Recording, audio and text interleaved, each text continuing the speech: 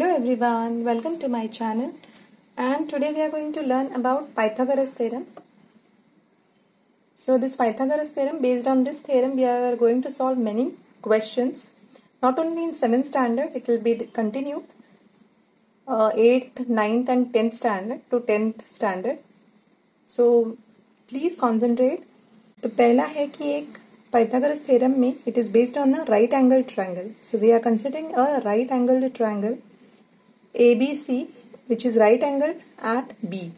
So opposite to this angle will be the side which is the longest side, because 90 degrees का जो opposite होना चाहिए वो longest ही होना चाहिए, क्योंकि ये एक 90 degrees ही होता है एक राइट एंगल ट्रायंगल या एनी ट्रायंगल में एक ही 90 डिग्रीज हो सकता है. तो इसके लिए दोनों जो है ए और सी वो सम ऑफ 90 डिग्रीज होंगे, इजंट इट? क्योंकि 90 प्लस 90 ही 180 होगा, and which is the sum of all the three angles. Now we are considering a triangle, right angle triangle ABC. In a right angle triangle, the side opposite to the angle B, this 90 degrees, is called as the hypotenuse, which is the longest side. AB, which is perpendicular, it is called as the perpendicular, or you can call it as leg. And BC is the base, because it stands on the base. Okay. So in a right angle triangle, the side opposite to the 90 degrees angle is called the hypotenuse, and is the longest side of the triangle. Move on to next. Shortest distance between a point and a line.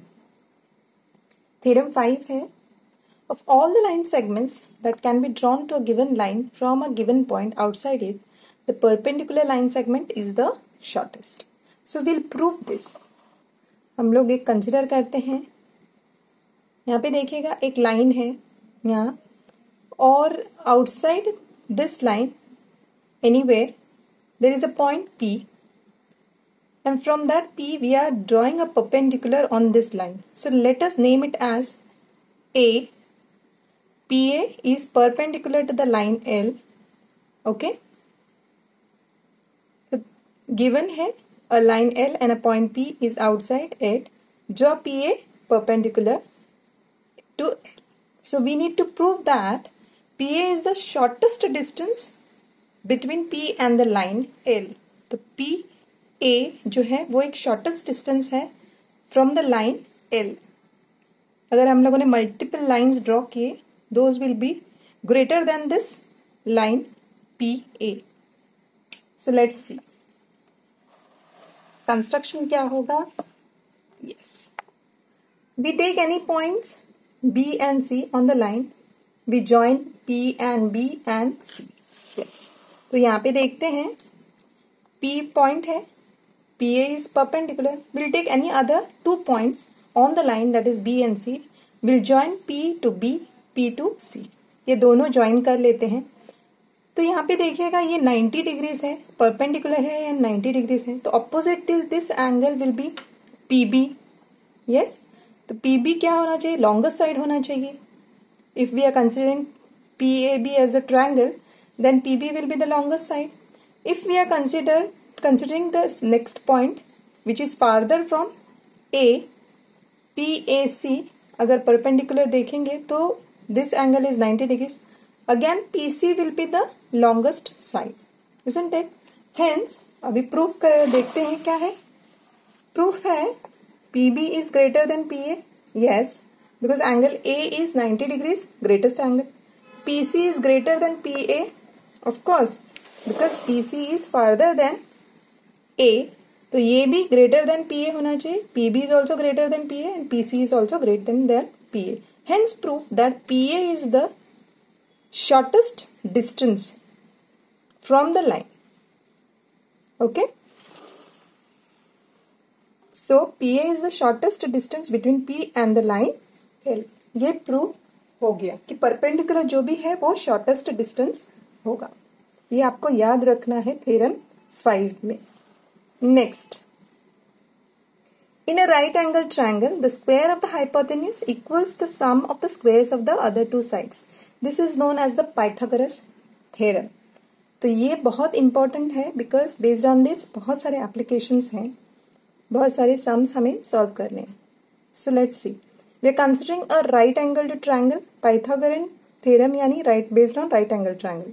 So we are considering a right angled triangle with AB, this one as the perpendicular and BC as the base. So these are the legs AB and BC, and we'll join AC, which is the here perpendicular है and its longest side is AC. Okay, and AC is the hypotenuse. Now what we will do is we'll draw squares. AC पे एक square draw करेंगे, फिर AB पे एक square draw करेंगे and then BC पे एक स्क्वायर ड्रॉ करेंगे. तो area of this square that is AC पे जो स्क्वायर है उसका एरिया इज इक्वल टू ये square plus a square, this square BC का स्क्वायर. तो area of the square x, इसको नेम किया है x, is equal to area of square y plus area of square z. इसको calculate करने के बाद तीनों के एरियाज फाइंड आउट किए.